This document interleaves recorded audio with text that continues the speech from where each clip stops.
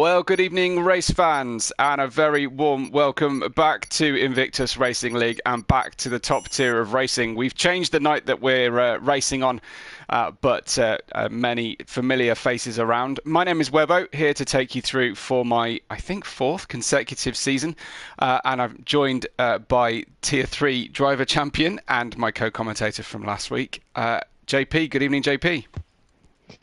Good evening. How are you? Yeah, doing well and looking forward to this one. It feels like it's been a really long wait since the end of last season. Yeah, very long wait. I think it was before December, well, just at the start of December, the last season ended. And we're near the end of, well, halfway through February now, so definitely a long wait, but an interesting track that we haven't seen for a while in the F1, which is China. Yeah, so at the Shanghai Chinese Grand Prix, this is almost going to be a fictional fantasy idea of what a Chinese Grand Prix might look like, thanks to the fact that we're not going to have them represented on the 23 calendar, as far as I've heard most recently. But and it's looking typically overcast, but I'm hoping it's not going to be too troubling in the qualifying session for our drivers. Big point of note here is that yes, this is top tier, but it's no longer restricted to PlayStation, JP. We've welcomed in the guys from the dark side, from the PC world, to join us on crossplay. Yeah, well, not just PC, we've also got Xbox, obviously not tonight looking at the logos, but yeah, we've also got some Xbox and PC, so it's less of a case of I've won a certain console. You've got to be against everyone, and I know one of the drivers who've made the switch is JSP. He is now on PC. He was on PlayStation last season, as well as I believe that Martin as well has transitioned over. So it'll be interesting to see how those guys transition across. Absolutely, and just bear with us. We may suffer a few technical glitches on the spectator screen as a result of using the PC and the crossplay functionality. But we're fingers crossed and hoping that that it's not going to be too problematic. Good evening, if you're joining us. Good evening to Tinus, who is already in the live chat. And if you are joining us, do take part in the Grand Prix with us and give us your comments. We are here today in partnership with gridfinder.com, where you can find your own place on the grid, but we are about to get underway. We've got Luke Bailey out there in the Williams, so the Williams on track first of all. Both Mercedes are out. We've got Red Bulls out as well, and we need to take everybody through the driver list and riders and runners. I guess it'll become apparent, JP, but if you want to go through some of those, you feel free. But we have got Champion Ghost for the first time in my tenure here in the top tier of IRL. The champion is here to defend his title. Yes, yeah, Ghost and Reshka, both team once again, not only Ghost defending his drivers, but also Reshka joining him to defend their constructors. So this time they are in the very orange McLaren rather than the Alpine. So interesting to see how that switch will go on. I'd say a lot of returning drivers. There's some drivers that haven't returned this season, which is a bit of a shame, but a good grade 14 for the first race, not too bad. I think maybe just be up to the start of the first lap.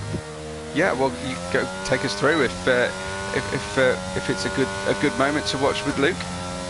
Yeah, so 5.4 kilometres of the Shanghai International Circuit. Turn 1 is very long right-hand. That tightens into turn 2. Gradually bring it down the box to third. Bring it middle, then tighten up for 2. Get it squared up for 3. And then get on the power as soon as you dare into 4. The earlier you can get on power, the better run. We've got down to 5, this week right-hander. And 6, the hairpin right. You can take in second or third. Luke in third. Short shift into 4th. Mid-corner there to get the traction up towards 7. Slight hesitance to half lift through 7, get the front bite. Down to 4th for turn 8. Keep it nice and tight for 9. Opens up the line. And this you can just make into one long arc as you head through 10. One place to watch is 10, lots of spins so far this week. Into 11, 90-degree left-hander, down to 3rd, don't clip too much to the curb. Then 12 and 13, again another spot for spinning.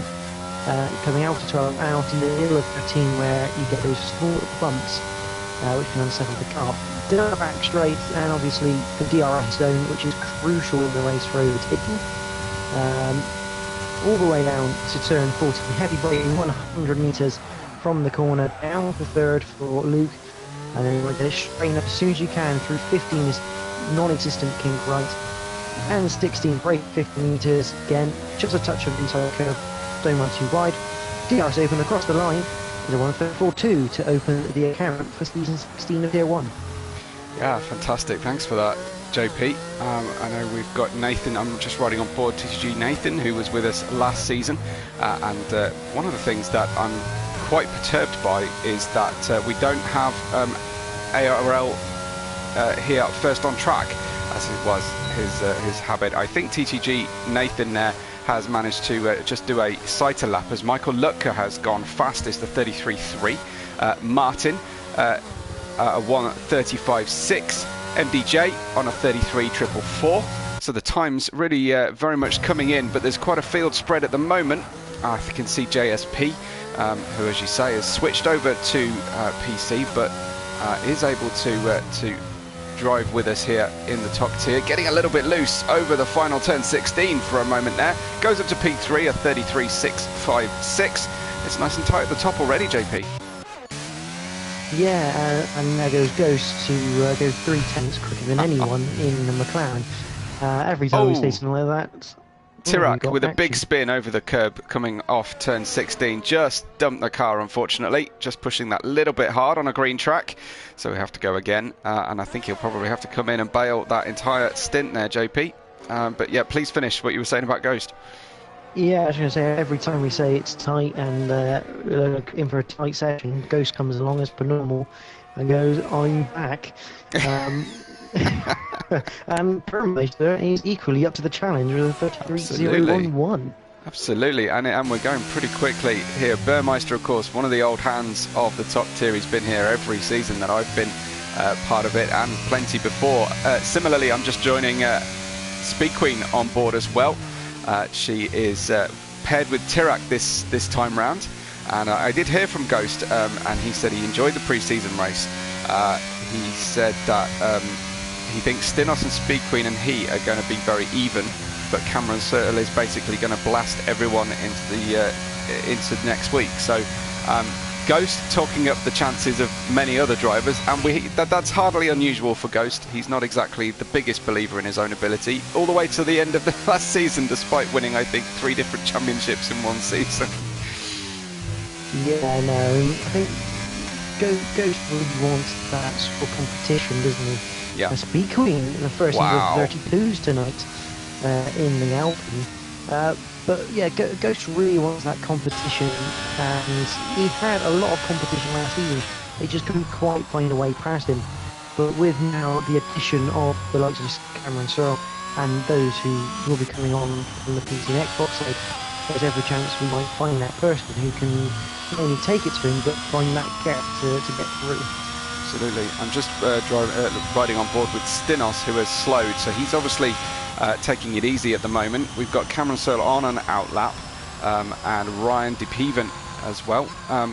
Good evening to, well, Ghost is watching the qualifying session while driving, or at least hopefully while in the pits, but also DeLanger is here with us, and I'm trying to do him the honour of pronouncing his name correctly, because I believe I've been pronouncing it incorrectly this entire time. Let's join Cameron Searle in P13 then, JP, and give me your view on how this lap is progressing as we get through that terrible snail section at the start of the lap. Yeah, it's a good start. See, probably not quite early on the paddock, but a lot more controlled compared to the likes of Luke there. Third gear, no short shift. Just a touch of oversteer required, he lights the rears up, so it's not looking too bad here. And good pace through 7, carrying it into 8. It's a tidy lap so far. It's looking quick, but it's whether it's a very fine line, because obviously some drivers will go for the tactic of going as much throttle and short shifting the car to get the traction. Obviously Cameron going for the style of just gradually bringing in the throttle in the same gear. You'll see like there, he lets the reds go up into the purple, even when he changes to 5th. There's a lot of people short shift through that turn 13. So the engine you see is going down the back straight, 203 to the 205 miles an hour. Nice and late on the brakes. Gets it squared up. Yeah, opens the steering wheel. It's nice so far for Cameron. Just one more turn to negotiate, and doesn't really get much better. But it's going to be a 32.7, and nearly 3 pairs quicker than anyone. Ghost definitely has a challenge this season from 3 or 4 drivers here already. Yeah, absolutely. Well, straight into provisional pole. 32.7 is a very handy first banker time here. Smoke is saying he was impressed we've got Cameron's last name correct. Well, I wouldn't know how else to pronounce it, but there you go. We'll just park that one as a feather in the cap. But talking of who else we've heard from pre-race, I heard from Reshka as well. He said he's not expecting his pace to be hugely better, probably a little bit worse. So optimism is not rife in the McLaren team, despite the pairing having won the Constructors last season. But he says China is historically a very good race for him. Got his first Invictus win, first Tier 1 podium. So he's sort of in between. He's not quite sure how well this race is going to go. But certainly giving plenty of attention to this track. I'm sure that I mean, I've always liked this track, and I always like it for watching a race as well. I tend to find things happen around Shanghai, JP. Yeah, it's a weird one, because to drive it, the surface is always really slippy here at Shanghai, regardless of the tyre you're on, which is why we see a lot of spins here. It's so easy to just get the tyres to light up and have a bit of wheel spin. So from a driving perspective, when you get it right, it's a great track to drive. Yeah. But that one time you get it slightly wrong, you completely hate it instead. MDJ has slotted into that tiny gap between first and what was second. So the AlphaTauris have both got the front row locked out at the moment. A 32.865, very, very competitive at the front. Ghost down to 5th, our reigning champion, as Ryan DePeven comes across the turn 16, looking a little bit cagey on the way out of 16, perhaps just unsure of quite how much stick he was going to have. Goes P7 at 33.364, and Ghost is actually on track right now. So let's join him. 33 hundredths faster in the first sector than he's managed before, but not troubling the times at the top of the order. Second sector was pretty good though, nearly a quarter of a second up. Yeah, that second sector is where you can use, as you I think they're running the Mercedes spin, you can lose a lot of time with sector 2 just by being if you just lift off a little bit more. It costs you all through 7 and 8. Yep. And a bit like this final sector, if you get 12 and 13 wrong, you carry that mistake with you all the way down the back straight for not getting up to speed quick enough. Wow, how about Tirac? Goes provisional pole, 32.570, lowers the bar from what Ghost was aiming at as Ghost goes across the line, and he gets P3, 32.795, 9 hundredths away from Cameron Searle, but another couple of tenths away from Tirac's new fastest time. Yeah, I mean, this is good to see. This is a good thing for the season ahead. Absolutely. Seeing, I mean, Ghost obviously up to P3, but you're looking at this, a second covering the top 9. That was unheard of last season. And when Ghost was sitting on pole position most of the time, it was unheard of. Still now, that is a hell of a time with 32.3. That's brilliant. Okay, that's fantastic. We've got half a grid to fight for this now. Absolutely. I'm sitting there watching Speed Queen riding on board with her car at the moment in P6. Tirac did give me a message earlier on. He said he's still gutted about losing the Tier 2 title last season, and he was shocked to be in Tier 1. Well, I mean, if he was shocked to make it to Tier 1, imagine what he's feeling getting provisional pole for a few moments there in the first qualifying session. He says he doesn't expect to be close to the top drivers because he thinks they were probably sandbagging in the pre-season race. Well, I mean, it doesn't appear to be, Tirac. I think you could perhaps start to believe in yourself a little bit as Speed Queen navigates her teammate, gets a little bit of a tow down the back straight and goes straight into the pits. Unfortunately, not a fan of that lap as she was going through there. I think Ghost is on his way into the pits, and we've got Reshka finishing off his lap. So no real coordination between the McLaren team to get that long tow down the back straight there, JP. No, probably not surprising at this stage, as I think they go both of them back in the pits. But probably not so surprising at this stage of the season. Obviously, maybe when we get 4 or 5 races down the line and you start to see those differences, whether Reshka really is challenging for this title or not, we might see that begin to happen there on those type of circuits. But JSP and Martin are just about to start probably their final flying laps here, with just 3 minutes 40 to go. Yeah, with the clock ticking down, and these guys down in P12 and P13 as things stand. So a lot to gain here. 33.6 versus a 32.3 is the gap from 12th to 1st. Let's see what JSP can do on the first sector. I will be stressing the S here, and he gets a 1/4 of a second up. How about Martin? Martin did let me know that he wouldn't be able to speak through the season due to background noise at race control for his team, but he would try and drop me a message post-race or post-session. He goes a little bit quicker too, 0.04 of a second to the good, so going to be closing in those tail runners at the moment. Luke Bailey's on an outlap, so to speak, of drivers down at the bottom of the order at the moment, and we've got Ghost coming out as well. He would quite fancy now getting himself a nice clear track to take on his final run. The track almost at its peak right now, JP. Yeah, JSP 3/10 up on his current lap. It did flash purple. Now, whether I believe game or not is a matter, because it is known that sometimes it'll flash up at the purple sector, and it actually isn't. He's gone a little bit deep into 14 though. That'll cost him on the exit. He just had to wait to get the car into the final corner. Nice clip of the curve on the inside. What can he do on this time around? So 33.4, so you can definitely tell he lost time in that 14th corner. Absolutely. His teammate just coming out of turn 16, warming up the tyres still. I did see Martin went off at the start of the 3rd sector in the reverse snail, turn 11-12 area. We've got all the outlaps starting, so we're going to have to try and keep an eye on who is where and in what order. But I'll just watch with Luke down in 12. Luke He's Bailey on a lap. First one. Out of everyone else, Luke Bailey first one on a flying lap. Thank you. Yeah, absolutely. Ghost will be next, I think, of the ones to watch. Let's see Luke across the first sector. Oh, he's down already in the first sector.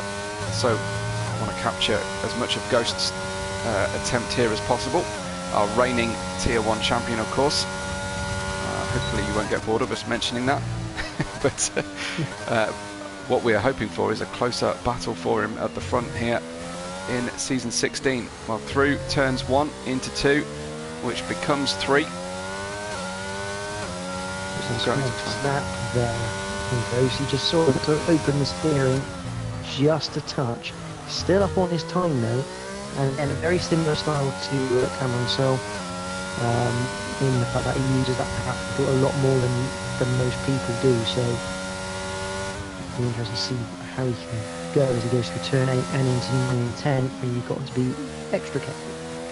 It's very low grip on the exits here, so let's see. Up to sector 2, are we still hot? We are still hot. 3/10 to the good. He needs to find another 10th or so, I think, to get up into contention at the front of this one.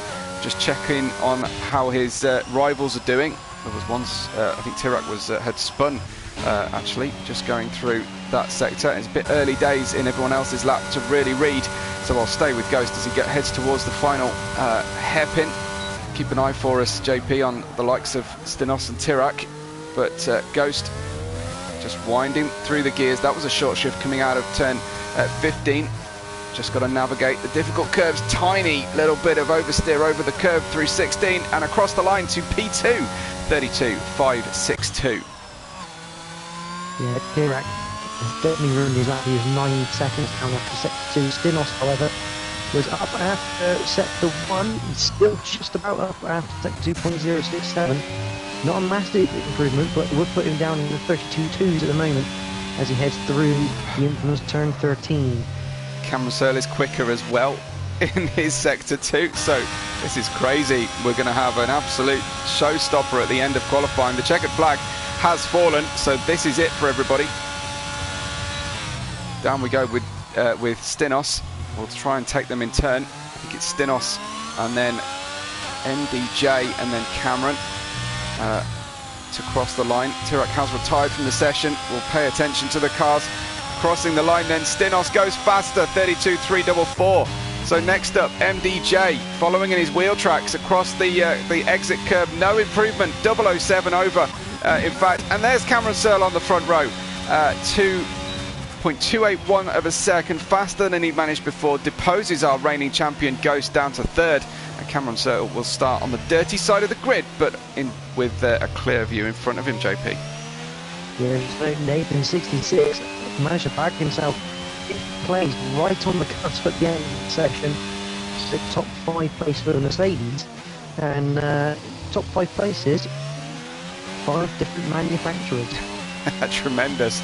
Yeah, there's not going to be any team dynamics at the front of this race, but it is Stinos who takes the pole position, the first pole position of season 16, and he was always threatening to get right in the mix through our previous season. So I look forward to seeing how that one works out as this new season progresses. He'll be pleased though to take the pole position plaudits for the first race.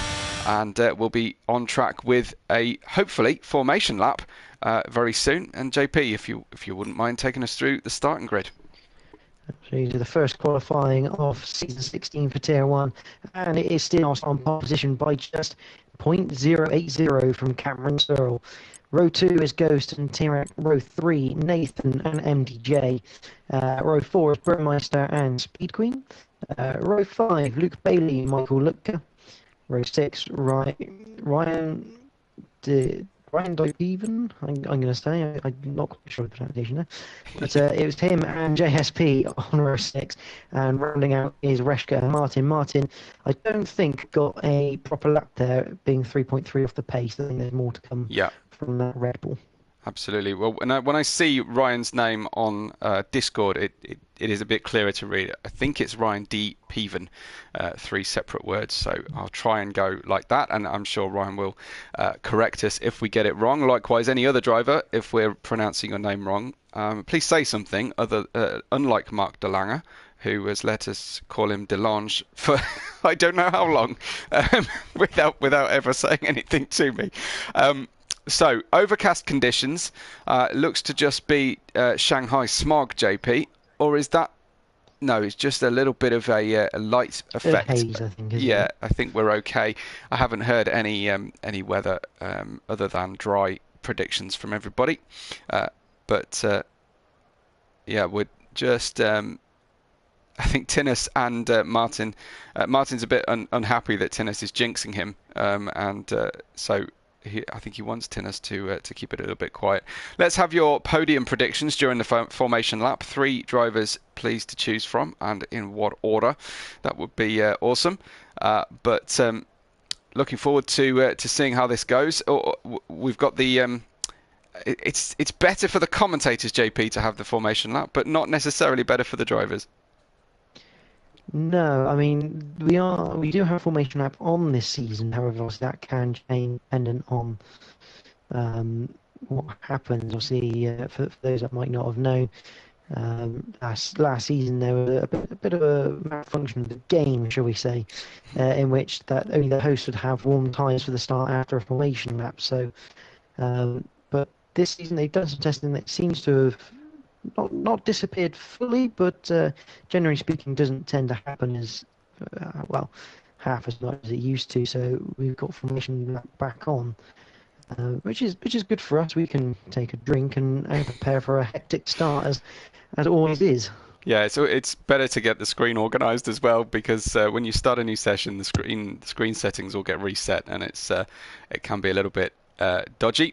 We've got the green light from admin Burmeister here.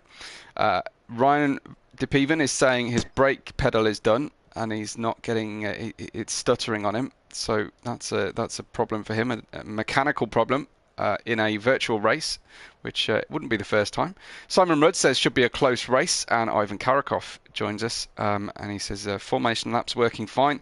You just have to be aware of warming your tyres and I presume slotting into your grid slot correctly as well, which isn't always as straightforward for the drivers. Well, we get ourselves underway for the formation lap. Everybody away safely, and let's have a look at how the teams compare and their tyre decisions. Well, Martin will start out the back for Red Bull, and he's just taking his time getting away from his grid position there, and his teammate is in 10th. We've got Reshka, reigning Constructors Champion teammate with Ghost.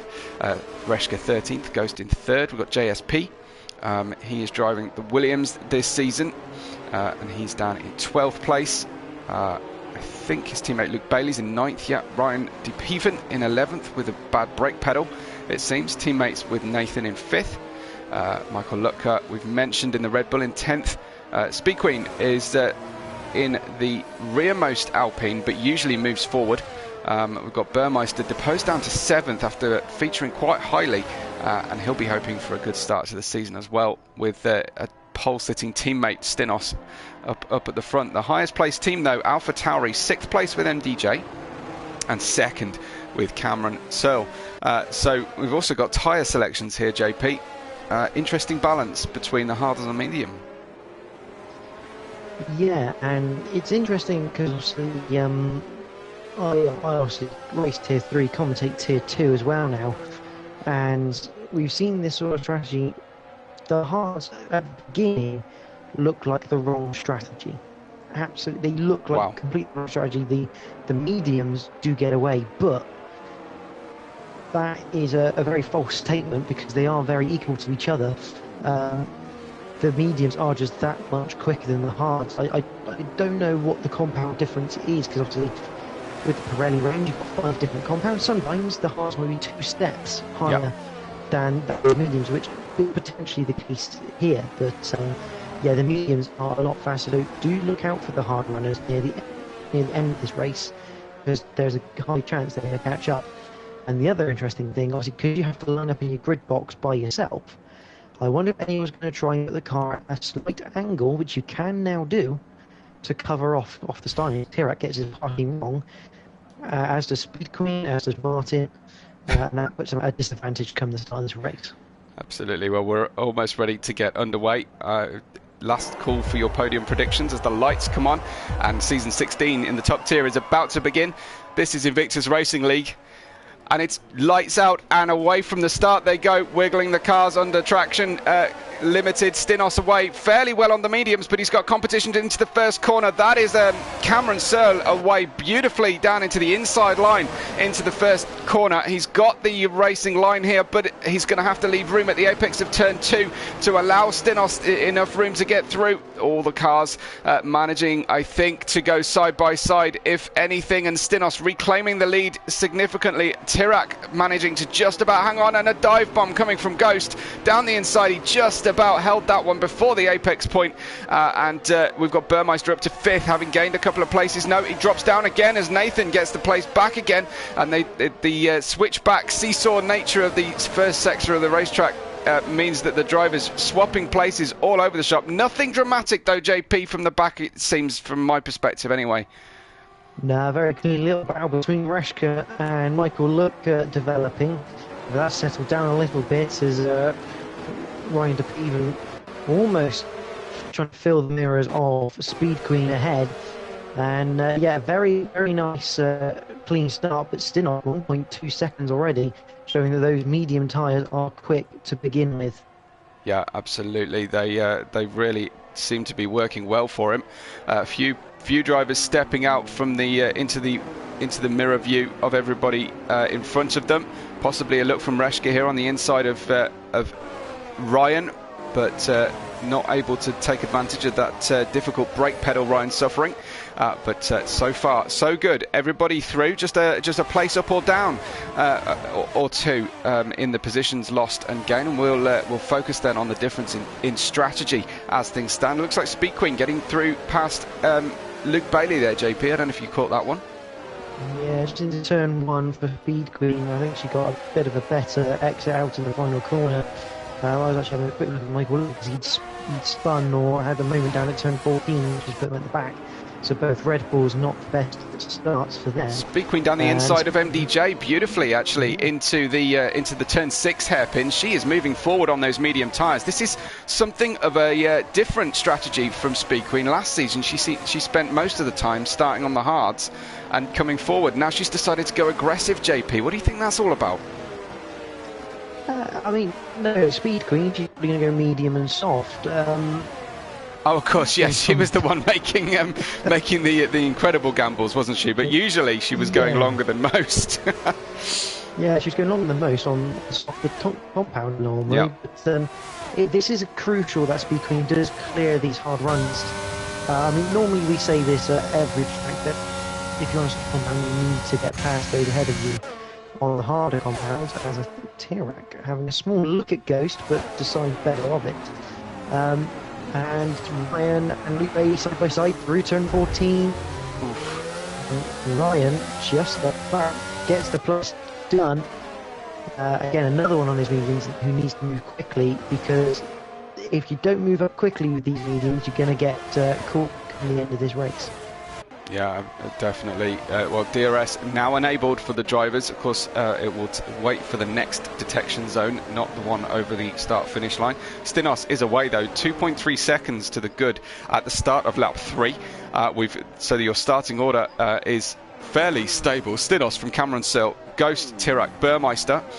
We've got Nathan hot on the heels of Burmeister at the moment, driving as if he's got mediums on, but he is definitely on the hards. Sorry, I was having a look around the outside of Luke Bailey at turn 6, still on the inside for turn 7, a little bit close, almost tire bang, but Reshka gets through on turn 7, and once again, just showing the mediums grip at the moment.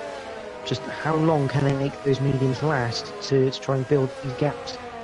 Absolutely, and they will naturally have to pit earlier, but we tend to see that the medium and hard compound starting cars tend to pit roughly around the same half distance because the hard runners are desperate to get off the hard tyres as soon as they possibly can. As soon as the medium window is open for them. Well, it looks to be formation flying at the moment down the back straight. No one quite close enough. Maybe Nathan might have a little look here, but not quite. There's a car going wide. Is that Tirac? Tirac losing out, dropping plenty. How many places is that? Has he actually damaged the car? No, he's decided to come into the pits. Either just hating the handling on the hard tyres, or trying the mother of all undercuts at the end of lap 3 is Tirac. So exiting from the battle at the front of the grid for now. We'll see if he can move himself forward come the rest of the race length. It is only lap 4 of 28. Yeah, Tirac onto mediums. I can only suggest that he's not on a two-stop strategy, going on a double medium stint. Is his only way, and quite probably is hoping for a bit of a safety car. That's a lot of time you've got to gain back now. But if you were planning a two-stop, you would have started on the softs, surely. You wouldn't have started on the hards, only to run 4 laps, in terms of plan A at least. But the only other potential that he's had there, which would be interesting to know, if he maybe had a front wing as Martin's gone round, I believe. Yes, he has. There he is at turn 10. The only other thing which I haven't seen really in this game is maybe if he's had if there's been a bit of contact with someone's front wing, it's actually given him a puncture. Right. Yeah, it is rare, isn't it? It certainly is rare. It's a very rare occurrence, and considering this isn't simulation damage either, it's obviously standard damage, so you still destroy your car. It is a rare thing to happen, but that is the only other potential option for Tirac. Very wide from Nathan through the right corner as he's trying to keep up with Burmeister. Yeah, it's very, very competitive at the front of the grid here. We've got Nathan looking aggressive behind Burmeister as well, really trying to hang on here. Nice tight gaps from Ghost down Ghost seemingly holding up Burmeister and Nathan a little bit on the same compound tyre, so not enjoying life on the hards at this early stage of his stint.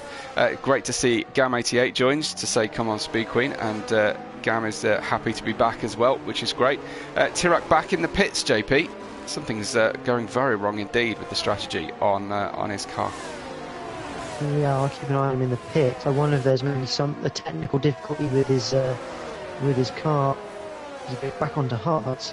A new front wing, so maybe that's why he pitted. He had front wing damage initially. The team did not change the front wing on the first pit stop.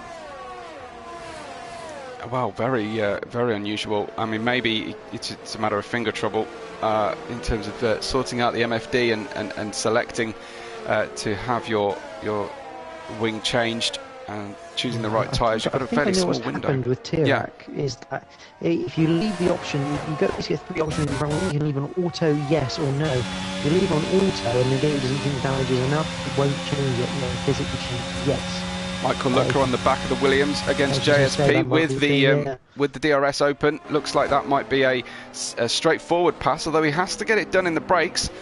Equal performance on the cars, so your eyes are not deceiving you. Red Bull is not struggling to get past the Williams due to realistic performance. But Michael Looker then up to P11. The Williams team not enjoying the first part of this first race of the season.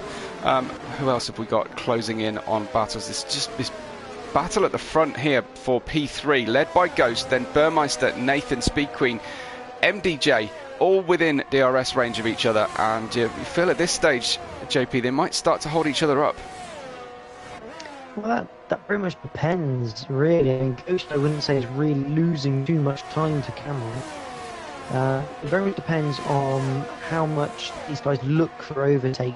At the moment, they're just sat in a train. They're not forcing anyone to change their line. They're all still on that racing line. So no real time is being lost, other than them probably just being a touch slower than Cameron and Stinos at this stage. So until although one of obviously them Speed Queen's medium tyres are not serving her well, being stuck behind these hard tyre runners on full fuel.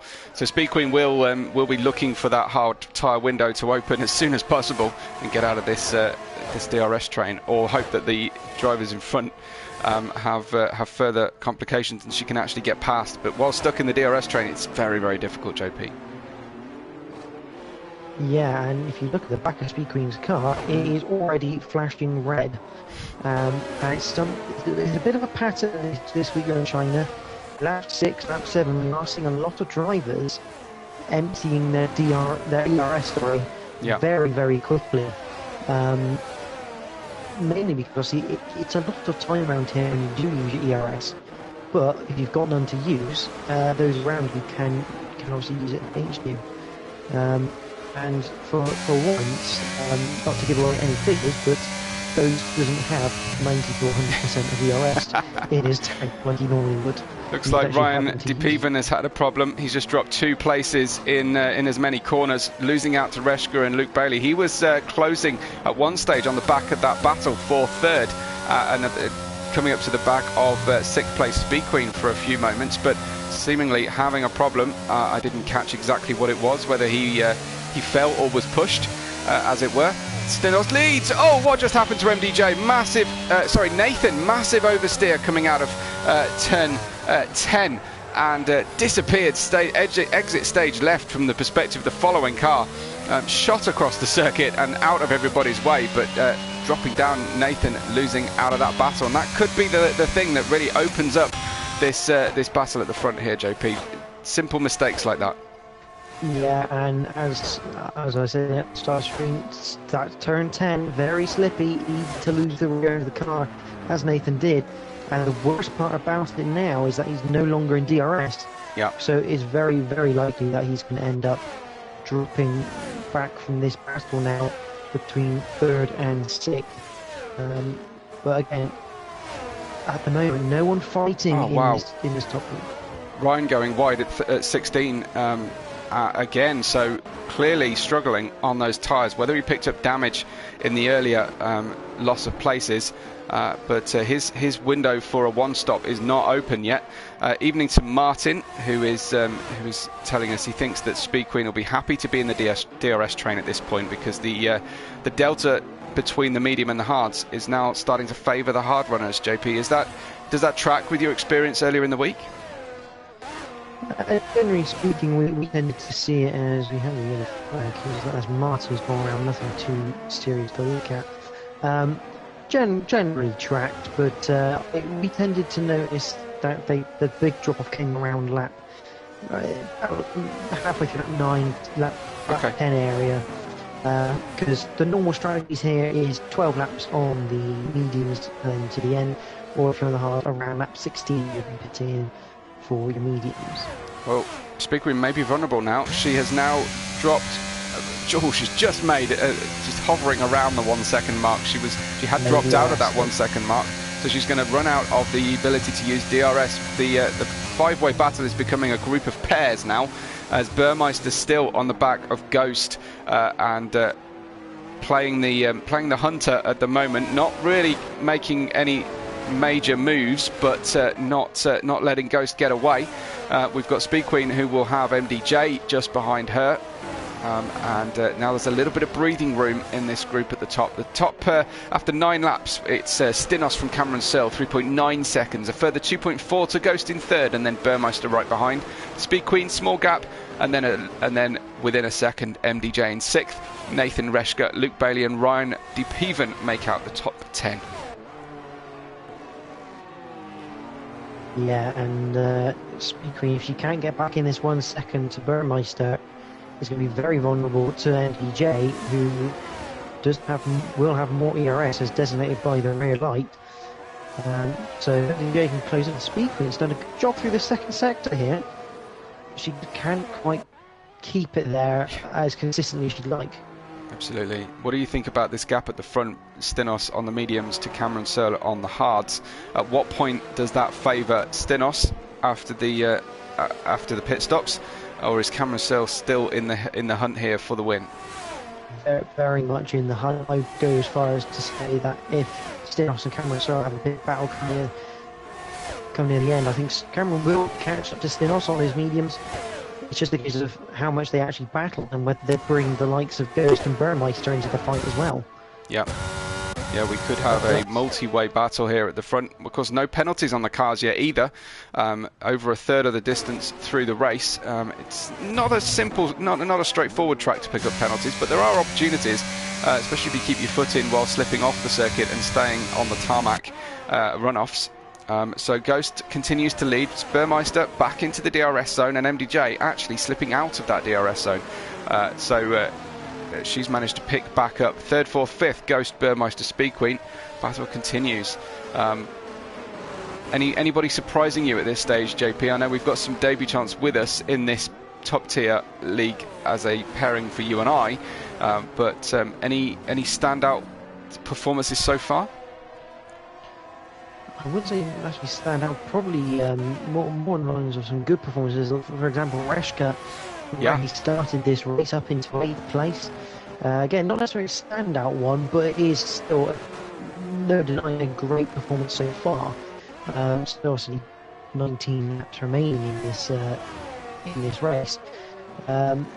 It's just a case now of really where can Ryan get himself back up to?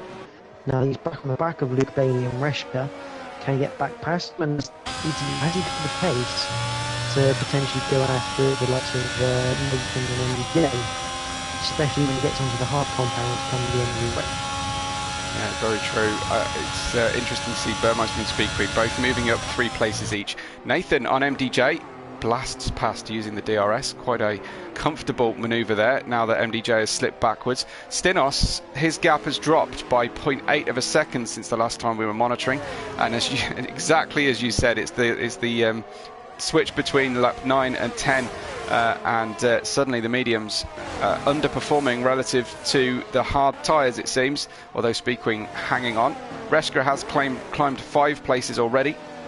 I really hope Tirac can bring himself back into the fray here, but he put his starting set of hard tyres back on after his second pit stop.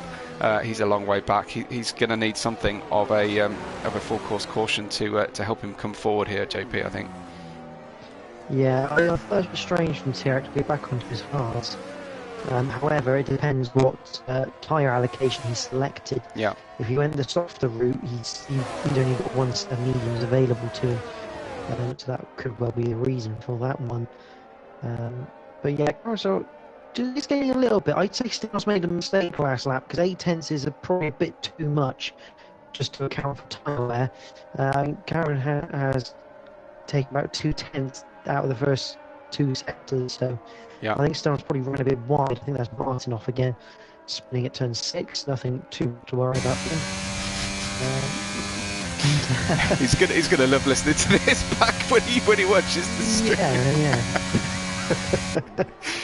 Oh, a little look in the mirrors of Ghost, says Burmeister, just reminding him he's there. I don't think Ghost will have forgotten, but a little shape there. We've got a little battle going on for 8th, led by Reshka, Luke Bailey and Ryan DePeven right behind. Michael Lucker in 11th, some distance away. As you say, Martin now 25 seconds away from JSP, but Tirac a further 22 seconds away from him with those 2 pit stops. I don't think he's going to get those tyres to the end. As into the pits, our first medium tyre starter is Ryan DePeven at the end of lap 11. Yeah, not an uncommon theme from this week that a few drivers have gone in a lap earlier than you think. Obviously, the normal strategy is lap 36. A lot of the medium runners probably in this lap, or maybe next lap if they're looking to extend. Obviously, hard tyres for Ryan there, no great surprise. Burmeister, he's starting. It's surprising, really, that Speaking is stopped hanging on. Yeah. And even better than that, she's not just hanging on. She's less than half. Martin has returned in the pit. He's had enough of that Red Bull for the day.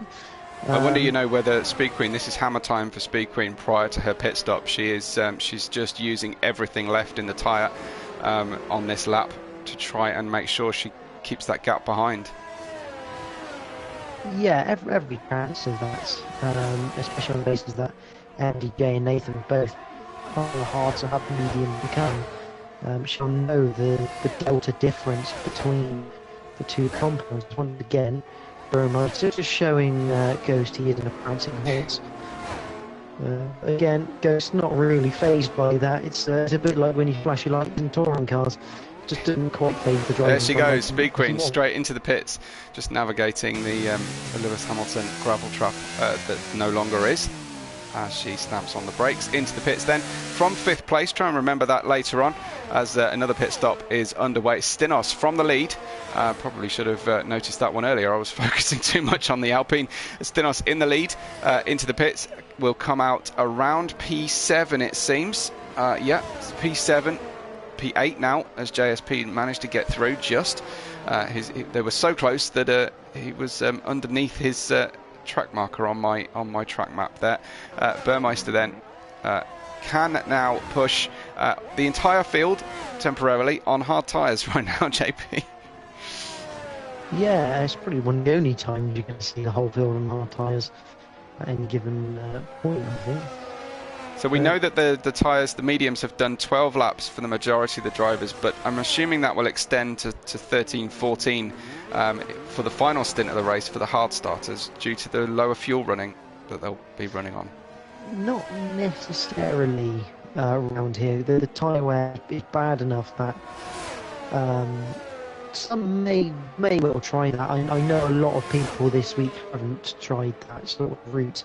Right. To go a lap earlier on the hard. I mean, I myself a lap longer on the hard to allow the ability to use the mediums more and push on them more. So that's the balance you have to find. It's not necessarily whether they'll make it, because they probably will. Yeah. But it's how much of your stint you want to push for compared to how much you're going to have to look after them. So if you want to go out and just absolutely blast them, you're probably looking to extend this by a lap too. Well, we have another fan of Speed Queen, that's Kelvin North, has joined us to cheer her on. And she has come out of the pits with a beautiful clear air in front of her, unlike Stinos, who is now just passing JSP after his pit stop. So Stinos was a little bit boxed in there, has suffered his outlap not being ideal.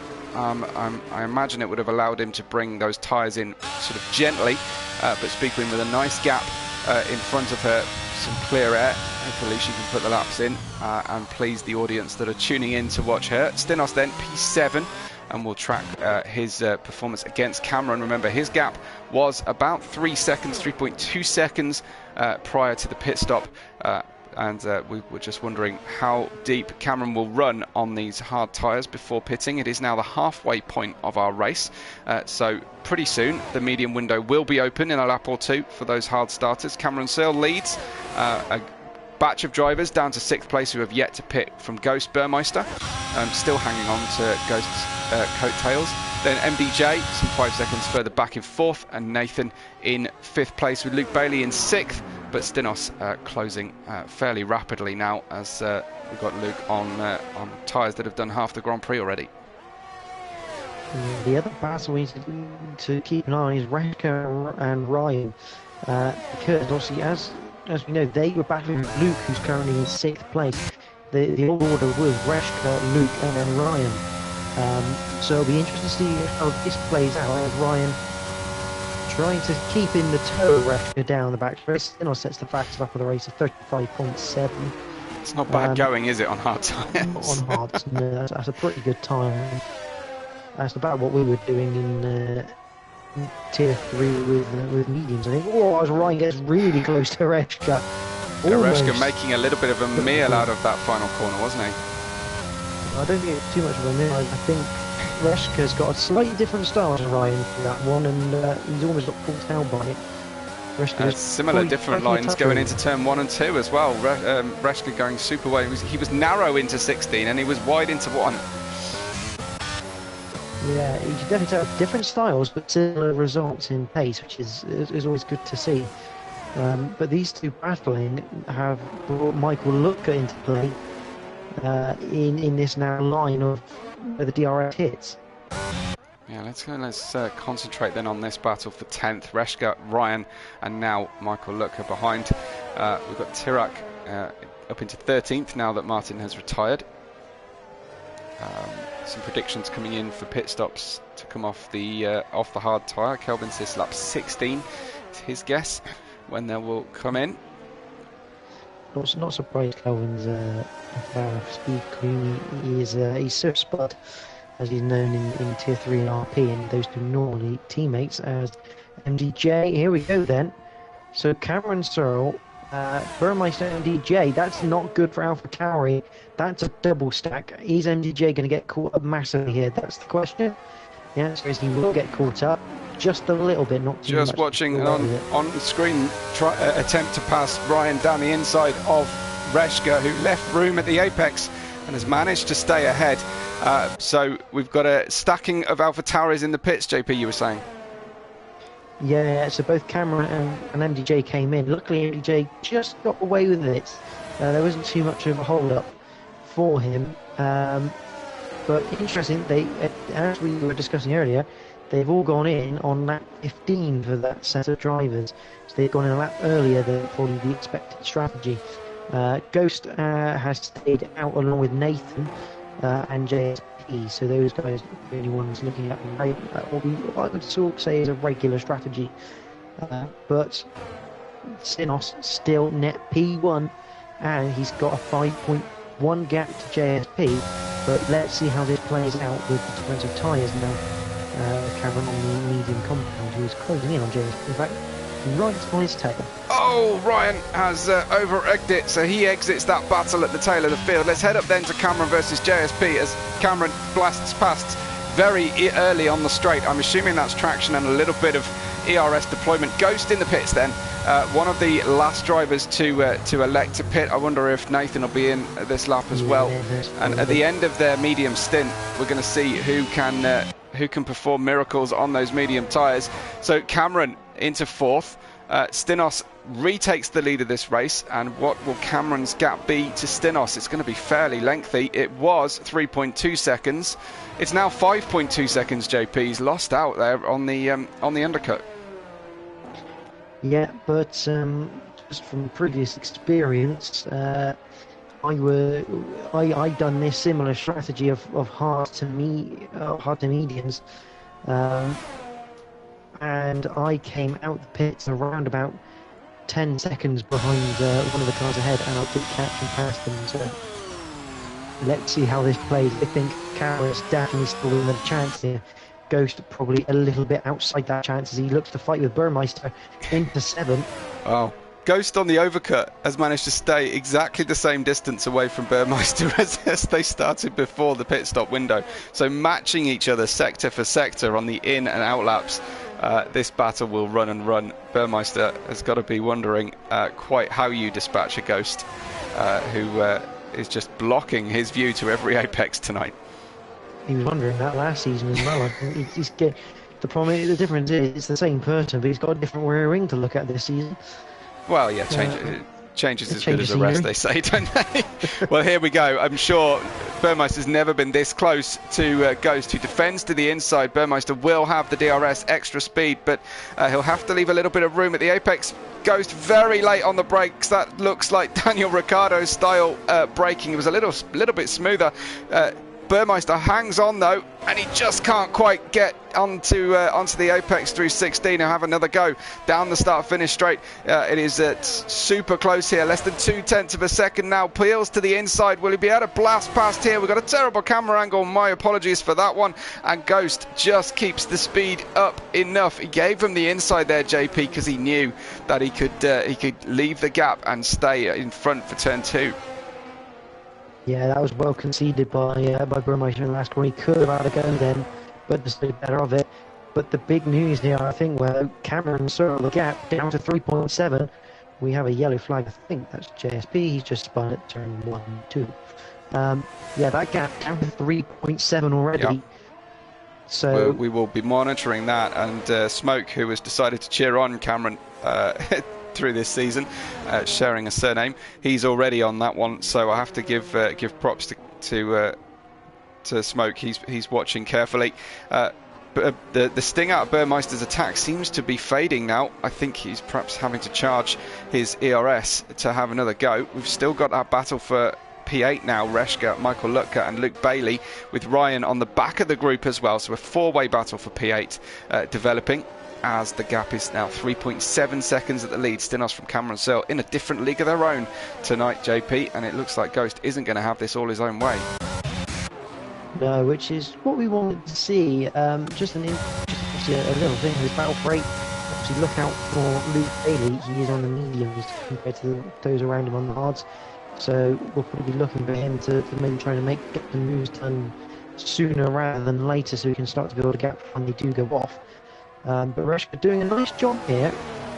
It's a similar job this from Reshka compared to last season. Not necessarily up near the top, but yep, he's looking consistent, and once again finds himself at least in the points paying positions for now. We know that Ghost relied on him for setup work as well. Consistently, still up 5 places from his starting position is Reshka, still up 3 each are Burmeister and Speed Queen. The majority of the grid just about where they started, with the exception of the beleaguered Tirak, who's had his issues already tonight, but he's closing on the back of the car in front, slowly but surely. He's trying to get points out of tonight, I'm sure, if at all possible. Just one retirement and still no penalties on the cars on lap 19 of 28. Tirak in the pits for pit stop number 3, I believe, with presumably in for some mediums. Yes, it'll be in some mediums. I'm absolutely certain that there is. So he did have another fresh set of mediums up. I'm very surprised why he went back onto those hard compound tyres. But there you go, that Alpine obviously have their reasons for that strategy. Is it that you have to change compound when you go into the pits? No? Okay. Because what you tend to find is a lot of the two-steppers that would go 2 sets of mediums and a set of softs would normally go a set of mediums, set of soft, or a set of softs and then two sets of mediums. So don't have to change compound as long as you use one of the mandatory compounds and another. Massive change at the front in terms of the gap. It's now down to 2.1 seconds. So Cameron really on it as this battle for eighth really heats up. The DRS profit able for Michael Lutker here on the Red Bull. I think he's getting racy, knowing there's a fast running medium tyre runner, and goes all the way around the outside. Will Reschke be able to hold off here? The attack from two-pronged attack from each side. Oh, look at this. And the Mercedes looking, having a sniff as well down the inside. But that was a great move from Luke Bailey, using the mediums to great effect, as it looks like, yeah, Ryan's going to overtake Michael Lutker, who loses 2 places in a single sector. Reschke, though, still at the head of this group. The gap at the front, we're keeping an eye on it. It's still just under 2 seconds at the moment. But a great run there from Luke Bailey. And I think now that he's the first car with the DRS profit, JP, he'll find it life a lot easier passing for passing Reschke. Yeah, he should have the better traction through 12 and 13 to stay on the back of Reschke here. But very opportunistic, very smart there from Luke Bailey. Pretty much used Michael Lutker to get the door open, and instead the door opened on Michael Lutker instead rather than Reschke. And Reschke immediately going to the inside pipeline to try and break as much of the toe as he can. And interestingly, Luke Bailey not going to be close enough on this time around, but to get a good traction out of the final turn. Oh, wow. Reschke stopping it really early at the apex, and looked like Luke Bailey really having to well, I was going to say bail out of the move, but that would be way too much on the nose for a punt with his surname. Here he goes then with the DRS open again. Reschke defends to the inside as Smoke calls him the Minister of Defence. Reschke, I'm not sure there's enough he can do about this one, as round the outside goes Luke Bailey. We've got a similar battle for 5th, led by Speed Queen, who is 5 seconds away from Burmeister but has MDJ and Nathan behind her.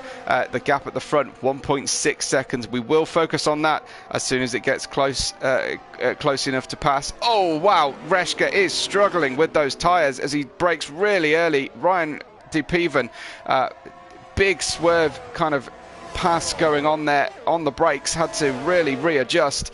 Surprised by how early Reschke was on the brakes, and I think Michael Lutker lining another a move up soon as well. So it looks like Reschke has probably had his day in the sun now, JP. Yeah, I'm not so sure. I think it's just Reschke's sort of style. This compared to everyone, it's very, very similar to myself and others. He brakes a little bit earlier than everyone. Always he now did run, and I think his tires are a little bit hot. MDJ making a move on Nathan as well. They are level going into the hairpin. And we still haven't sorted that camera angle out at the hairpin in turn 14. And through goes Speed Queen. Past MDJ that time, so they'd obviously all swapped around. Nathan still at the front of this, and now at the front of this one, I should say. Speed Queen defending from MDJ, who spends the ERS and DRS to make the move past as well, and it's very, very tasty, this battle. It looks like we're going to be entertained right to the finish. Burmeister is 6/10 away from Ghost, as it has been for 22 laps so far. Well, maybe 21 laps. They had a brief respite while there was a difference in pit strategy, but at the moment, the difference in braking performance is really catching the drivers out, as MDJ nearly ran into the back of Nathan. Speed Queen level with him on the way through the switchback section of turn 7 and 8. Couldn't quite make the move stick, and they're losing ground to Nathan in front as well. Yellow flag, that was the rearmost car on the track. Tirac again, I think, there. In JSP, turn 3, 4. I think it's yeah, you don't see different style because the this MDJ has a big twitch again. With no traction, I believe still a tier 1, if I remember correctly. There's these different styles where some people are braking earlier and looking to get a bit tighter on the apex and looking to get on the throttle earlier, just get that drive out. And some others are braking slightly later to what we call square the corner up, just basically to get the car as straight as you can on the exit as early as possible, to then get better drive that way. So I think that's what we're seeing, is that these two different styles clashing, which makes for great racing. But now Cameron Searle, under a second, we have DRS potential. We do indeed. Let's go up to the front then. We'll keep an eye on those other battles, but this is where the big points are paid tonight. Cameron Searle has worked the wheel for the last 5 or 6 laps to perfection here. He's now in the striking distance, as they say. Well, perhaps only Amazon Web Services say, but they're on very similar ERS levels as well. They've not been shy to spend it, unlike what we were seeing through the previous season with Ghost, who is now 7.5 seconds away from this battle at the front, and down they go towards 10, 11 and 12. That's a retirement JSP, who has voluntarily retired in the pits, which is the sporting thing to do. And let's see what happens then at the front here. 7 tenths are still probably slightly too far away to make a move, but the DRS very powerful down the straight, JP. Yeah, it's going to drag Cameron right up to the back of Stinos, probably within 4 tenths, I'd say, maybe, as they come into the hairpin. Not far off, about 5 tenths there going into. But yeah, Stinos now, what Stinos has to hope is that Cameron, in time of chasing him, is burning his tyres quicker than the usual rate on it. Yeah. But knowing these top drivers, they're very good at looking after their tyres even when they are closing in on a gap. And now we have less than 4 tenths, almost 3 tenths the gap. Cameron Searle's going to be looking for a move in the next couple of laps, I think. And if he can stay within the DRS and maybe save a bit of battery in comparison to Stinos, he's got a very good chance of doing it. Yeah, round through the hairpin they go. This is all about just staying with the car in front and trying to work out when you might be able to deploy the ERS to the smartest position on the track relative to the car in front of you. Cameron, 4 tenths of a second down the mini straight between turns 10 and 11. Easy to lose grip at this late stage of the race now. 4 to go, plus the little bit of the lap that's left on them, and there is indeed Cameron Searle just moving around in the traction zone through the difficult turn 13, looking for the DRS and the slipstream on the back of the Ferrari. If he's going to do it now, it's going to be from a long way back, as the gap drops all the way down to 1/4 of a second. It's not enough. There's a yellow flag on the circuit in sector 2. Not going to worry these leaders. But Michael, look at turn 10 there. Got it. Like nothing better to be up. Yeah. Awesome. Okay, well, this is the lead then that Stinos has. It's down to 6 tenths of a second. It was as big as about 5.4 earlier on while they were on the reverse tyre compounds. But now it is advantage Cameron here on the medium tyres. But for how long? JP thinks the tyres might be marginal towards the end of the race for Cameron. Stinos, though, is going to struggle to hold him off until that point. Very similar braking performance down into the hairpin at turn 6 so far. It does look like Cameron, though, struggling really to get the car cleanly out of each corner. Yeah, I was going to say, this is probably the last lap where those mediums, obviously, we saw with Stinos the last couple of laps in his stint. Tyres were going away from him on the mediums. And Cameron's had a few twitches now on traction coming out of corners. And remember, he pitted he's doing a lap extra on those mediums compared to Stinos. So actually next lap could be his last opportunity to make use of this extra performance if he's managed to keep that sort of life in the tyre. But these little twitches are not going to help him because he needs to be on Stinos down this back straight. Yeah, and neither driver dipping below 10%, but I know that they're getting fairly close. A little shake to the inside, but no, not causing a reaction there from Stinos. He wasn't fooled by that one. He knows you've got to be in the 2/10 kind of zone to really have a go here. What about out of 16? It does look like Cameron struggling to stay with the hard tyre shod Ferrari in front, and they both dip under the 10% of ERS now with 2 and a bit laps to run. Small overlap here for Cameron. Oh wow, we're getting very close with each other's wheels there. Yeah, small overlap, and he just let the car roll. So I think Cameron knows he needs to get it done. He needs to get it done now. Oh wow, it looked like the Ferrari had the inside, but he's left enough of a gap. sidewall to sidewall will be okay between friends, and they run side by side. They approach turn 7. That will favour the Ferrari first. Can the AlphaTauri on old medium tyres hang on round the outside to get the look on the inside of the next corner? They're going to go side by side once again. Now surely Cameron's going to have to yield. He actually runs into the tyres at the back of Stinos. Now, was that contact in the mid-point of the gap between turns 9 and 10? Was that decisive in the wiggle that Stinos ended up having? Well, from the angle I had, I don't think there was any contact. I think that is just your typical turn 10, light the rears up. Stinos looking to get on the throttle as early and as hard as you can, and he's just lit the rears up through that turn 10 exit. I'm going to go to the live audience on this one, because I'm convinced that Cameron nudged the back of Stinos into 9, and on the exit of 10, Stinos was still a little bit loose. Yeah, let's ask the audience, shall we, on this one? You guys call it. We'll call with the action on screen, as it is now down to 2 laps to go. Cameron Searle leading by 0.5 of a second. We saw them both dip under the DRS 10%. It looks like Stinos with just a tiny bit less ERS than Cameron in front, and we're going to have a showstopper at the end of this one.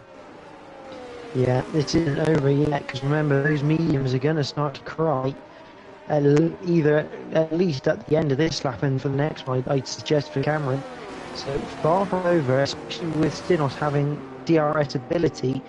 But again, he's in that situation. He needs to be able to start recovering some of that ERS. It would not surprise me if we saw Stinos get back off his ERS a bit earlier down the back straight to save it for a last lap attack here. Yeah, I was going to say, what would you rather be here? Half a second behind or half a second in front with that long back straight on the penultimate lap? Well, I mean, if you're Stinos and you can see that Cameron hasn't got any trouble with his ERS at the moment, no red blinking light, I think you'd rather be ahead, because at least that way you can defend the position. Stinos has no chance at the moment, in my opinion, the way the ERS is playing out. Cameron Searle will have to just dump all of his ERS and more than Stinos will be able. And Martin's saying in the chat here that he's surprised that Cameron didn't wait and do this on the last lap. Well, I think you take your opportunity when you can. The last thing you want to do is leave performance on the table, JP, but Stinos still half a second behind then as they approach the end of the penultimate lap, start of the final lap. This is it, folks, a half-second battle at the front of our race, our first race of 15 of this season. Cameron Searle has led for 1.5 laps so far tonight, and it will be the last couple of laps here that will matter. Stinos with the pole position, and both drivers on different strategies. He's hanging on to this half a second, but it looks like Cameron not overspending on that ERS again as Stinos gets mighty close into the apex of 6. Yeah, I think Cameron's done this absolutely right, because he's done it at a point, especially coming up to 11, 12, 13. He knows that if his tyres are still in okay shape, he's got a traction advantage over Stinos to open the gap. Obviously, on this last lap, the mediums aren't as good as they used to be, so I think it's perfect timing from Cameron, because he's managed to build a gap that he's probably going to be able to keep here based on this ERS battle. And meanwhile, Ghost is coming closer to these two. They are both slowing on the performance of the tyre now that they're fighting each other, and Stinos has this is it. This is the last opportunity. All the pressure in the world on Cameron, as Stinos has spent everything he's got. Cameron waiting for a little bit left down into the final braking zone for the last hairpin, and it just wasn't enough for Stinos. Cameron will hold on, I think, as he goes to cross the final corner apex. Just needs to get this one right and across the line to win the first race of the season. Will Cameron Searle win for AlphaTauri from Stinos, and our reigning champion completing the podium. Ghost in 3rd position, ended up getting quite a good gap on Burmeister at the end of that stint in 4th place. Nathan crosses the line in 5th. No penalties to complicate matters. MDJ in 6th. Speed Queen slipped back down to 7th, unfortunately, for her. Excuse me, that's the end of my voice for today, as Luke Bailey goes to cross the line in 8th position. Nice first race of the season for him, scoring points. Debuting with us is Ryan De Peven, and he gets 9th. Reshka 10th for a double points finish for McLaren. Best team performance, though, Ferrari tonight, 2nd and 4th. Michael Lutka and Tirak will finish off the overall standings. JP, that was a blast, that one. Yeah, absolutely. Again, just like every race this week, non-film action. Burmeister picked up drive of the day. I think he was up 3 positions. A good result for the Ferrari driver there.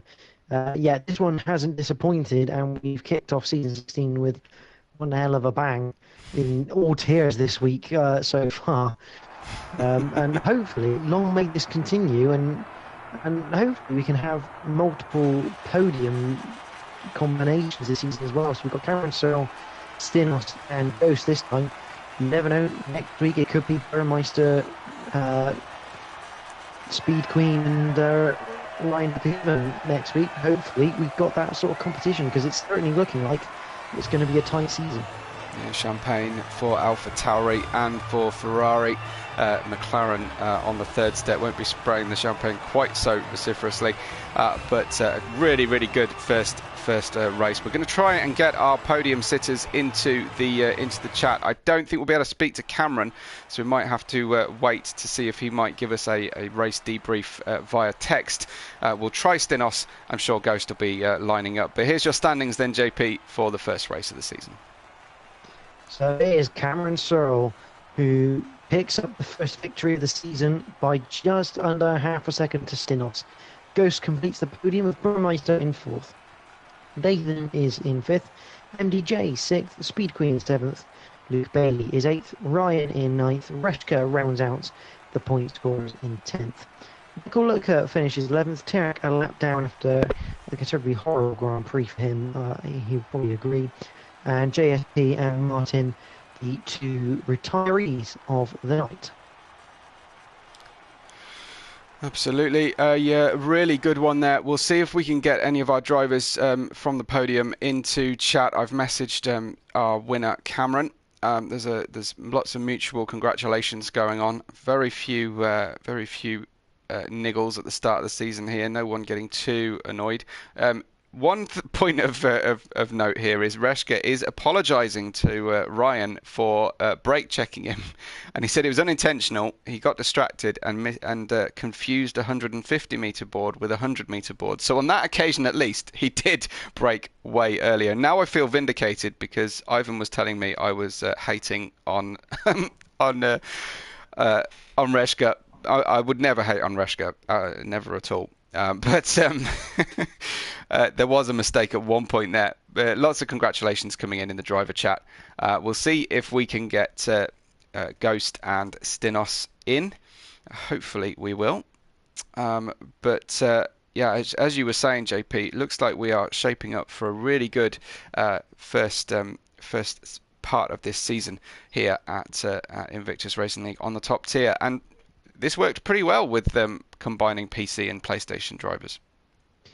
Yeah, it didn't seem too bad. Obviously, the usual things, you get a little bit of what I like to call spike lag, where you get these sudden spikes of lag where maybe your screen has a small freeze or the car ahead of you jumps around a little bit. But it didn't look like we had any of that tonight, which was great to see. Well, at least if it was very minimal and possibly off our screens anyway. So it was good to see. And Cameron Searle, I believe, if I'm not mistaken, the first PC winner of this week, I think.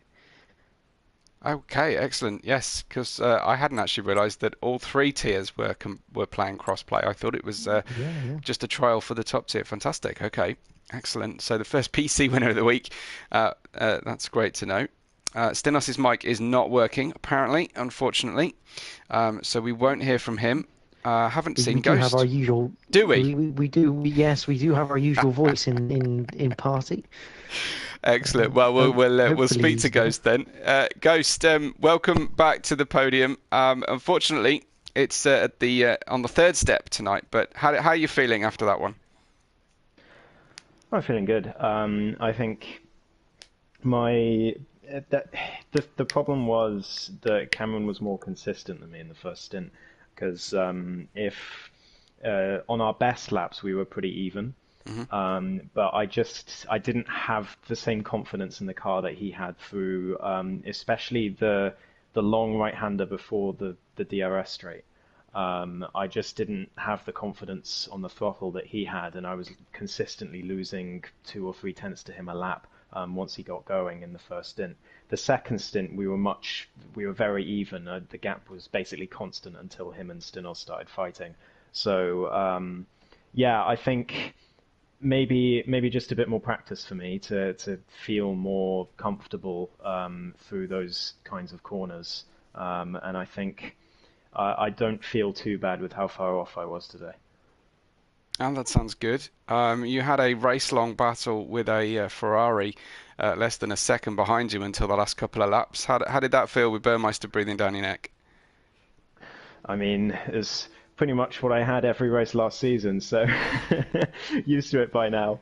But no, it was a great battle we had. It was side by side because he undercut me by a lap, and the following lap after I came out, we were side by side for pretty much all of Sector 1, and that was great fun. So yeah, it was a fun battle. I was a little bit worried at some points that he would get past, but at the end he sort of trailed off, which made me feel a little bit better. And then I was just looking at the two ahead because I knew they were battling through all of the middle part of the track, and I just saw that gap coming down, and I was thinking, keep battling, guys.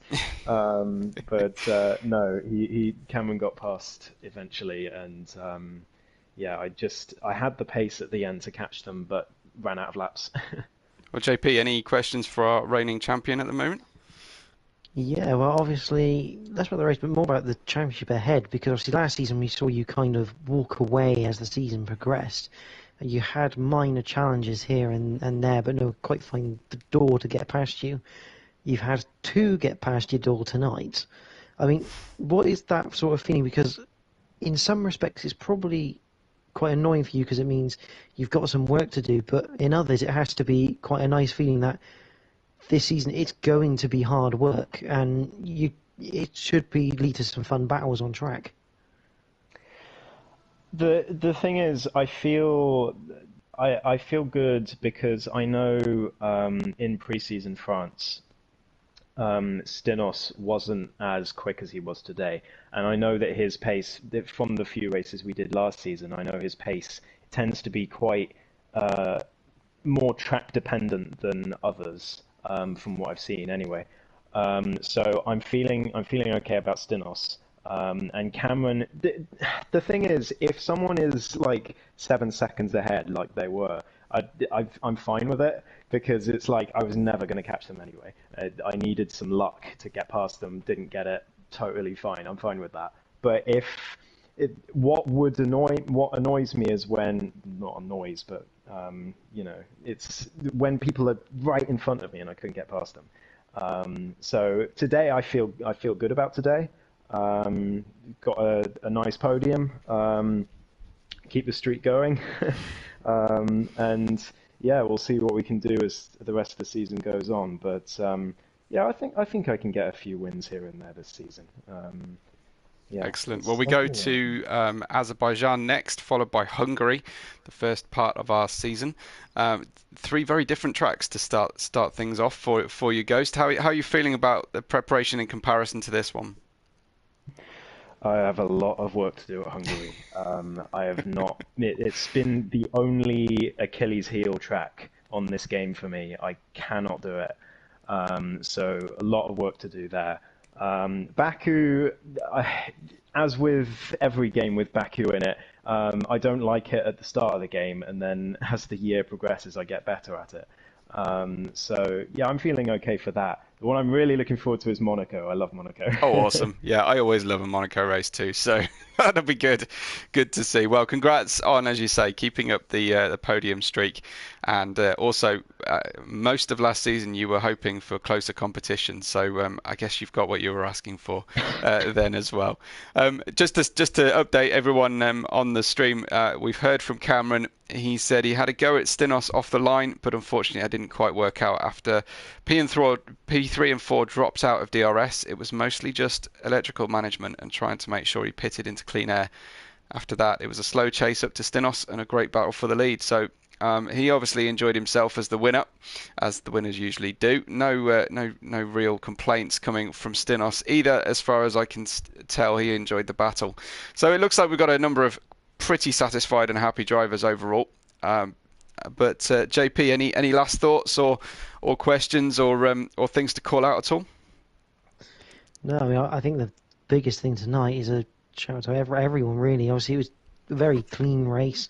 No penalties to speak of in terms of track infringements, which is always a nice thing to have for us as commentators, especially as halfway through with our calculators trying to work out where everyone's going to be at the end.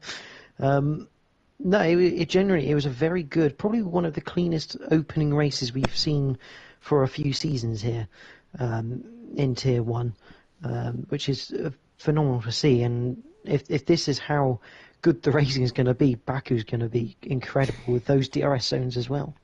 Absolutely, yeah, can't wait. Well, make sure that you tune in. I think we've got Realistic Performance tomorrow night, same time on the channel, and the new setup, which is Tier 3 Monday, Tier 2 Tuesday and Tier 1 Wednesday, which is kind of quite cool because we're building towards the top tier through the week, which is pretty awesome.